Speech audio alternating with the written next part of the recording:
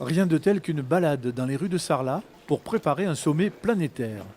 Pas le G20, mais une convention entre acteurs du numérique et investisseurs.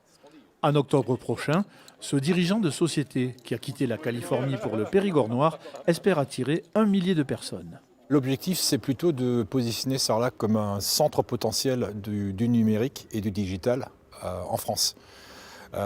Probablement un des premiers centres en milieu rural. D'où l'idée de ce forum mondial. Prévu du 1er au 3 octobre prochain dans divers lieux de la ville, ce sommet technologique a été baptisé Startup Super Cup. Des prix récompenseront les projets les plus originaux, une rencontre internationale entre experts du digital avec un but bien précis.